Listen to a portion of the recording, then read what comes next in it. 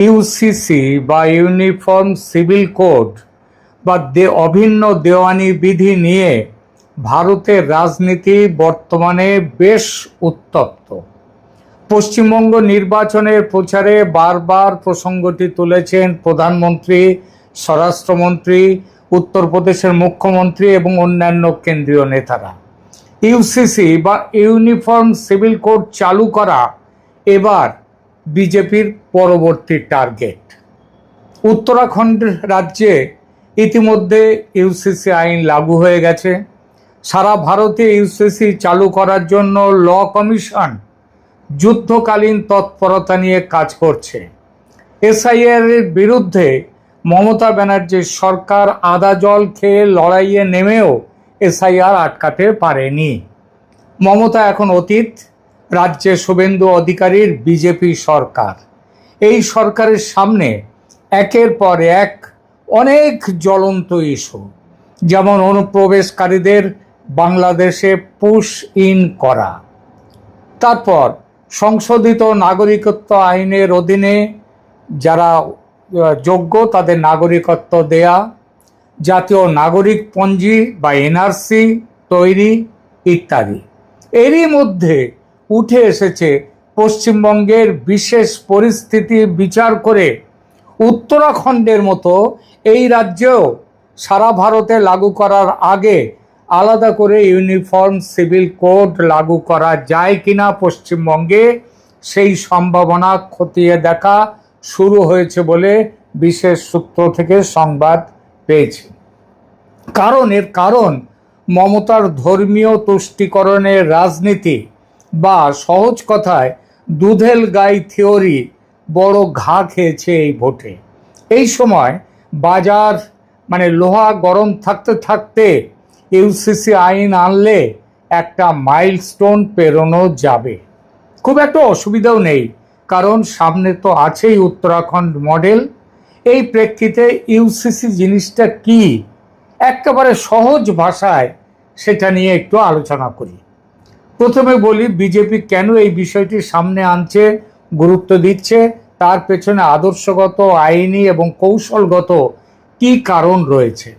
দীর্ঘদিনের আদর্শগত প্রতিশ্রুতি বিজেপির তিনটি প্রধান স্তম্ভ প্রতিশ্রুতির।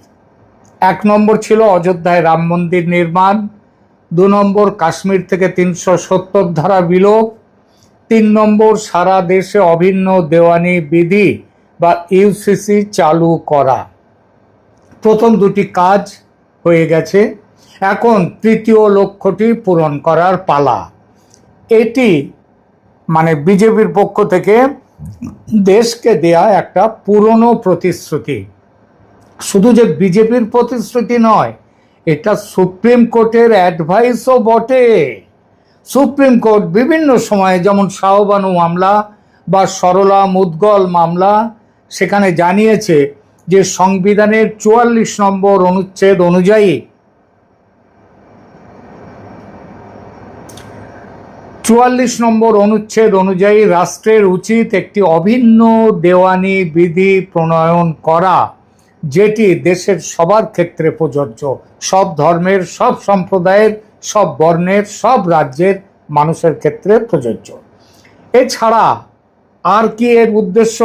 লিঙ্গ বৈষম্য দূর করা ও নারীর অধিকার রক্ষা। বর্তমানে বিভিন্ন ধর্মের, এখানে আরো পরিষ্কার করে বলি, অনেকেই মনে করেন ইউসিসি বোধহয় মুসলমানদের উদ্দেশ্য করে করা হচ্ছে, তা নয়। এটা শুধু ইসলাম নয়, হিন্দু সহ অন্যান্য ধর্মেও তাদেরও নিজস্ব আইন আছে, পার্সোনাল ল আছে। আর সেই ল থাকায় বিবাহ বিচ্ছেদ বা উত্তরাধিকারের ক্ষেত্রে নারীরা সমান অধিকার পান না। ইউসিসি চালু হলে ধর্ম নির্বিশেষে দেশের সমস্ত নারী সমান আইনি সুরক্ষা পাবেন। তাই মূলত লিঙ্গ নিরপেক্ষ ন্যায় বিচারের স্বার্থে এই দাবি। এবার আসি পশ্চিমবঙ্গের বিশেষ প্রেক্ষাপট সেই বিষয়ে। পশ্চিমবঙ্গে নির্বাচনের পর বা তার আগে বিজেপি বারবার ইউসিসির প্রসঙ্গ টেনে যে আনছে, তার নির্দিষ্ট রাজনৈতিক লক্ষ্য রয়েছে। প্রথমত জাতীয় সংহতির বার্তা, বিজেপি এক দেশ এক আইন এই জাতীয়তাবাদী ধারণাকে পশ্চিমবঙ্গে এবং সারা দেশে তুলে ধরতে চায়। আলাদা আলাদা ধর্মীয় আইন জাতীয় সংহতির পথে বাধা, এটা বিজেপির বিশ্বাস। দেশের মানুষকে সেই বিশ্বাসের অংশীদার করতে চায়। পশ্চিমবঙ্গে তৃণমূল কংগ্রেসের তোষণ রাজনীতির পাল্টা হিসেবে নির্বাচনের আগে বিজেপি ইউসিসিকে ব্যবহার করেছে তুষ্টিকরণের রাজনীতির বিরুদ্ধে। বিজেপির বক্তব্য আইন সবার জন্য সমান হওয়া উচিত, কোনো বিশেষ সম্প্রদায়ের জন্য আলাদা নয়। পশ্চিমবঙ্গে হয়তো সেটা মুসলিমদের ক্ষেত্রে তারা মনে করছে তাদের জন্য করা, কিন্তু ভারতের অন্যান্য অনেক রাজ্যেই হিন্দুদের নানা রকম আইন রয়েছে, উত্তরাধিকার আইন তো বিশেষ করে। উত্তরাখণ্ডে ইতিমধ্যে ইউসিসি বিল পাশ হয়েছে। বাংলায়, পশ্চিমবঙ্গ বা অন্যান্য রাজ্যেও এই মডেলের কথা বলে বিজেপি বোঝাতে চায় যে তারা তাদের ইস্তেহার বাস্তবায়নে দৃঢ় প্রতিজ্ঞ। এবং বর্তমানে ল কমিশন এই বিষয়ে বিভিন্ন ধর্মীয় সংগঠন এবং সাধারণ মানুষের সাথে আলাপ আলোচনা করে তারা বিষয়টিকে দেখছে যাতে একটা সারা দেশে ইউসিসি নিয়ে আসা যায়। এই হচ্ছে ইউসিসির প্রেক্ষাপট। এবার খুব সহজ ভাষায় বলি, ইউসিসির পক্ষে ও বিপক্ষে যারা বলছেন তাদের বক্তব্যের কতটা গ্রহণযোগ্যতা। ইউসিসি মানে কি? খুব সহজ ভাষায় আবার বলি, বিয়ে, তালাক, উত্তরাধিকার, দত্তক নেওয়া, সম্পত্তি বন্টনের মতো ব্যক্তিগত বিষয়ে ধর্মভেদে আলাদা আইন না থেকে সবার জন্যে, হিন্দু, মুসলিম, পার্সি, খ্রিস্টান, বৌদ্ধ, শিখ সবার জন্যে একটাই সাধারণ দেওয়ানি আইন থাকবে। এটাই এই আইনের মূল উদ্দেশ্য। ইউসিসির পক্ষে যেসব গুরুত্বপূর্ণ যুক্তি আছে সেগুলো বলি, কারণ কোনো বড় আইনি পরিবর্তনকে বোঝানোর সবচেয়ে, এরপরে আমরা বলবো তার বিরুদ্ধের কথা, সব ভালো উপায় হচ্ছে একটা আইনকে বোঝার যে দুই দিকে দেখা, তারপরেই সিদ্ধান্ত নেওয়া। ভারতে এই পার্সোনাল ল অনেক ক্ষেত্রেই ধর্মভিত্তিক। আমরা মনে করি এর বিরুদ্ধে শুধু মুসলমানরা আছে, তা কিন্তু নয়। হিন্দু, মুসলিম, খ্রিস্টান, পার্সি এবং কিছু ক্ষেত্রে বিভিন্ন আদিবাসী সম্প্রদায়ের পারিবারিক নিয়ম কানুন এক নয়। মুসলিমদের যেমন এক পুরুষের 4 স্ত্রী থাকতে পারে, কিন্তু ভারতের বোধহয় 1% মুসলিমেরও একাধিক স্ত্রী নেই। সুতরাং এটা তাদের ধর্মে আছে, কিন্তু তারা ব্যক্তিগতভাবে এটা গ্রহণ করে না। তেমনি আবার দেখুন হিমাচল প্রদেশের, সেখানে বেশ কিছু জায়গায় সেখানে এই নিয়ম রয়েছে যে একটি পরিবারে একটি মহিলা তার পরিবারের সমস্ত ভাইয়ের সাথে তার বিয়ে হয়। এইসব আইনগুলো তৈরি হয়েছে নানা রকম ভৌগোলিক, অর্থনৈতিক ইত্যাদি পরিস্থিতির চাপে। তো এরকম নানা, আবার কিছু ক্ষেত্রে বিভিন্ন আদিবাসী সম্প্রদায় তাদেরও পারিবারিক নিয়মকানুন রয়েছে, একাধিক স্ত্রীর কথা আছে। অর্থাৎ একই দেশে একই নাগরিক হয়েও শুধু ধর্ম বা সম্প্রদায়ের পরিচয়ের কারণে ব্যক্তিগত আইনের ক্ষেত্রে আলাদা আলাদা নিয়ম প্রযোজ্য হয় এ দেশে। কম বেশি সব ধর্মীয় সম্প্রদায়ের মধ্যে কিছু নিজস্ব কানুন আছে। আমি বললাম একটু আগে যে মুসলিমদের মধ্যেও 1% মুসলিমও তাদের একাধিক স্ত্রী একসাথে থাকে না, এটা দেখা গেছে। ঠিক তেমনিভাবে হিমাচল প্রদেশের যাদের কথা বললাম, কাংড়া ইত্যাদি এলাকায়, সেখানটায় দেখা যায় যে তাদের মধ্যেও যে এক পরিবারে সব কজন ভাইয়ের একজন স্ত্রী, এই ব্যাপারটা তারাও বন্ধ করে দিয়েছে, আজকাল প্রায় থাকেই না। সুতরাং এইসব নিয়মগুলো অনেকটাই উঠে গেছে, তবু বিভিন্ন ধর্মীয় প্রতিষ্ঠান তারা এগুলো চালিয়ে যাচ্ছে, তারা এর সপক্ষে বলে যাচ্ছে। ফলে ইউসিসির বিরুদ্ধে এইসব ধর্ম সম্প্রদায়ের কারো কারো পক্ষ থেকে বিরোধ করা হয়েছে, এমনকি আদালতেও মামলা হয়েছে। ভারতের সংবিধানের আর্টিকেল 44-এ রাষ্ট্রের জন্য একটি নির্দেশমূলক নীতি রাখা হয়েছে, যেখানে বলা হয়েছে যে রাষ্ট্র নাগরিকদের জন্য একটি ইউনিফর্ম সিভিল কোড চালুর চেষ্টা করবে। মানে ইউসিসি কোনো হঠাৎ তৈরি হওয়া বিজেপির স্লোগান নয়, এর সাংবিধানিক ভিত্তি বহুদিন ধরেই আছে। এখন প্রশ্ন হলো ইউসিসির পক্ষে এত জোরালো দাবি কেন ওঠে? প্রথম কারণ ওই যে বললাম, সমতা। ইউসিসির সমর্থক যারা তারা বলেন একটি আধুনিক গণতান্ত্রিক রাষ্ট্রে ব্যক্তিগত অধিকারের প্রশ্ন ধর্মের উপর নির্ভর করে হওয়া উচিত নয়, বরং নাগরিকত্বের ভিত্তিতে হওয়া উচিত। অর্থাৎ আইন যদি সত্যিই সবার জন্য সমান হয়, তাহলে বিয়ে, তালাক বা উত্তরাধিকারের মতো গুরুত্বপূর্ণ বিষয়ে একজন নাগরিকের অধিকার তার ধর্ম দিয়ে নির্ধারিত হওয়া যুক্তিযুক্ত নয়, গ্রহণযোগ্য নয়। দ্বিতীয় কারণ, নারী পুরুষের অধিকার। ইউসিসির সমর্থকরা মনে করেন বিভিন্ন পার্সোনাল লয়ে যে বৈষম্য বা অসাম্য রয়ে গেছে সেগুলো দূর করতে একটি সাধারণ অধিকার ভিত্তিক আইন সহায়ক। বিশেষ করে উত্তরাধিকার, যেটা হিন্দুদের মধ্যেও রয়েছে, ভরণ পোষণ, বিবাহ বিচ্ছেদ বা পারিবারিক নিরাপত্তার ক্ষেত্রে একটি একক আইনি কাঠামো নারীর ন্যায্য অধিকারকে আরও শক্তিশালী করতে পারে। তৃতীয় কারণ, জাতীয় আইনি কাঠামোর সরলতা। যখন একই ধরনের পারিবারিক বিষয়ে বহু ধরনের আইন কাজ করে, তখন ওই ফ্যামিলি কোর্ট বা তাদের ধর্মীয় আদালত এইসবগুলো আসে, তখন বিভ্রান্তি হয়, ব্যাখ্যার জটিলতা হয় এবং আইনি অসমতা তৈরি হয়। সেটা যাতে না হয়, একটা জাতীয় আইনি কাঠামো তৈরি হয়, তার জন্যই এটা একটি অভিন্ন দেওয়ানি আইন এইসব জটিলতা কমিয়ে আইনের প্রয়োগকে আরো সহজ ও স্বচ্ছ করবে। এবার আসি ইউসিসির বিরুদ্ধে তোলা সবচেয়ে গুরুত্বপূর্ণ আপত্তিগুলোতে। প্রথম আপত্তি হলো ধর্মীয় স্বাধীনতা। বিরোধীরা বলেন পার্সোনাল ল শুধু আইনি বিষয় নয়, অনেক ক্ষেত্রেই তা ধর্মীয় চর্চা, সামাজিক রীতি এবং সম্প্রদায়ের আইডেন্টিটি বা পরিচয়ের সঙ্গে জড়িয়ে আছে। তাদের যুক্তি, ভারতের সংবিধানের আর্টিকেল 25 ধর্ম পালন করার অধিকার দেয়, আর আর্টিকেল 29 স্বতন্ত্র সংস্কৃতি রক্ষা করার অধিকার দেয়। তাই একক আইন চাপিয়ে দিলে সংখ্যালঘু সম্প্রদায়ের নিজস্ব রীতি ক্ষতিগ্রস্ত হতে পারে। এই আপত্তির ভাষা যত না সাধারণ মুসলমানদের, তার চেয়ে বহুগুণ বেশি করে তাদের ধর্মীয় সংগঠনগুলো, কারণ তারা একটা বিরোধকে জিইয়ে রেখে দিতে চায় এবং জাতীয় সংহতির বিরুদ্ধে কাজ করতে চায়। দ্বিতীয় আপত্তি আসে সাংস্কৃতিক বৈচিত্র্যের প্রশ্নে। এই বিরোধ আসে মূলত তথাকথিত সেকুলার বুদ্ধিজীবীদের পক্ষ থেকে।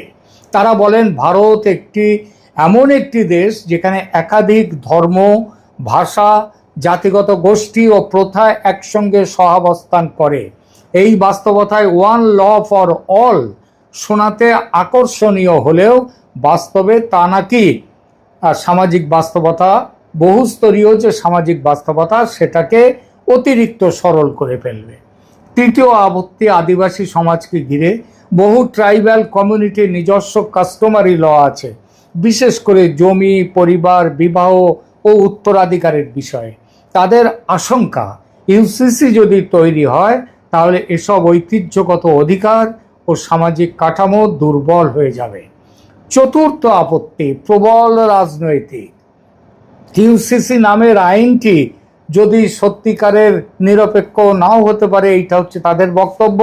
তারা বলবে হিন্দুর আইন মুসলমানের ওপরে চাপিয়ে দেওয়া হচ্ছে, এইগুলো বলবে। সেই জন্যে তারা এর বিরুদ্ধে আপত্তি তোলে। এইসব আপত্তিকে হালকা করে দেখার সুযোগ নেই, কারণ আইন শুধু কাগজে লেখা নিয়ম নয়, মানুষের আস্থা ছাড়া কোনো আইন বৈধতা পায় না। আবার এটাও ঠিক, মানুষের আস্থা তার মর্যাদা দেওয়ার আড়ালে অন্যায় আবদার মেনে নেওয়া যায় না। তাহলে আসল প্রশ্ন, এত আপত্তি থাকার পরও ইউসিসির পক্ষে দাঁড়ানো উচিত কেন? কেন সুপ্রিম কোর্ট সেই রাজীব গান্ধীর আমলের শাহবানু মামলা থেকে বলে আসছে এই আইনের কথা? কারণ রাষ্ট্রের কাছে একজন মানুষের প্রথম পরিচয় হওয়া উচিত নাগরিক হিসেবে। আগে সে ভারতীয়, সে হিন্দু না মুসলিম না খ্রিস্টান না পার্সি না বৌদ্ধ না শিখ, সেটা পরের ব্যাপার। একটি ধর্মীয় গোষ্ঠীর সদস্য হিসেবে তার পরিচয় নয়। যখন বিয়ে, তালাক, উত্তরাধিকার বা দত্তকের মতো বিষয় মানুষের মৌলিক জীবনকে প্রভাবিত করে, তখন সেখানে ন্যায্যতা, সমতা এবং সাংবিধানিক অধিকারী হওয়া উচিত চূড়ান্ত মাপকাঠি। আমাদের সংবিধানের আর্টিকেল 44-এ ইউনিফর্ম সিভিল কোডের ধারণা রাখা হয়েছিল এই কারণে, একটি আধুনিক নাগরিক কাঠামো গড়ে তোলার জন্য। ইউসিসির সমর্থন মানে এই নয় যে ভারতের বৈচিত্র্য মুছে ফেলো, বরং এর মানে এটাই যে ধর্মীয় পরিচয় থাকবে, সাংস্কৃতিক বৈচিত্র্য থাকবে, কিন্তু নাগরিক অধিকারের প্রশ্নে কোনো বৈষম্য থাকবে না। অর্থাৎ উৎসব এক হতে হবে না, প্রার্থনার ভাষা এক হতে হবে না, রীতি এক হতে হবে না, কিন্তু আইনের চোখে মর্যাদা ও অধিকার এক হওয়া উচিত। আর এখানে ইউসিসির পক্ষে সবচেয়ে বড় নৈতিক যুক্তি। ইউরোপ, আমেরিকা সহ পশ্চিমের বহু সভ্য দেশে মুসলিমরা আছেন এখন, তারা সেসব দেশের নাগরিক, কিন্তু তারা একটাই ব্যক্তিগত আইনের অন্তর্ভুক্ত, তাদের নিজস্ব কোনো ব্যক্তিগত আইন নেই, তারা সবই একই দেওয়ানি আইনের অন্তর্ভুক্ত। ব্যক্তিগত আইন বলে আলাদা কিছু নেই সেসব দেশের মুসলিম নাগরিকদের জন্য। একাধিক পত্নী রাখা ইউরোপ, আমেরিকায় কঠোরভাবে নিষিদ্ধ। বিবাহ বিচ্ছেদ, সম্পত্তির উত্তরাধিকার একটাই সাধারণ আইন। সেখানকার মুসলিমরা সে আইন মেনেই আছেন এবং ভবিষ্যতেও থাকবেন। আর ভারতের যে তথাকথিত সেকুলার বুদ্ধিজীবী, রাজনৈতিক ও ধর্মীয় নেতারা ইউসিসির বিরোধিতা করেন, তারা কিন্তু পাশ্চাত্যের কমন সিভিল কোডের বিরুদ্ধে কথা ভুলেও বলেন না। কিন্তু ভারতে তাদের বিপরীত অবস্থান। এর পেছনে আছে যত না ধর্মীয় ঐতিহ্য রক্ষা করা, তার বহুগুণ বেশি আছে ভূ রাজনীতি। ভারতকে ধর্মের আবরণে বিচ্ছিন্ন করে রাখার চক্রান্ত। তারা চান যেন জাতীয় ঐক্য গড়ে না ওঠে, ভারত দুর্বল থাকুক, এটাই চান তারা। আর বিজেপি ভারতকে সবল করতে চাইছে, সুতরাং বিজেপির এই ইউসিসির বিরোধিতা, 370 ধারার বিরোধিতা, এইগুলো তারা করে এসছেন। তাই শেষ কথা হলো, ইউসিসির বিরোধীদের সব কথা আপাতভাবে ভুল নাও মনে হতে পারে, তাদের কিছু উদ্বেগ ঐতিহ্য রীতিনীতির দিক দিয়ে অংশত বাস্তব হতেই পারে, কিন্তু সেই উদ্বেগের কারণে সমতার প্রশ্ন থেকে পিছিয়ে যাওয়াটা কোনো সমাধান নয়, হতে পারে না। ভারতের মতো গণতন্ত্রে লক্ষ্য হওয়া উচিত বৈচিত্র্যকে সম্মান করা, কিন্তু নাগরিক অধিকারে বৈষম্য না রেখে একটি ন্যায়সঙ্গত অভিন্ন দেওয়ানি আইন গড়ে তোলা। সোজা কথায় ইউসিসি হওয়া উচিত এক জাতি, এক নাগরিক মর্যাদা এবং সমান অধিকারের প্রকল্প।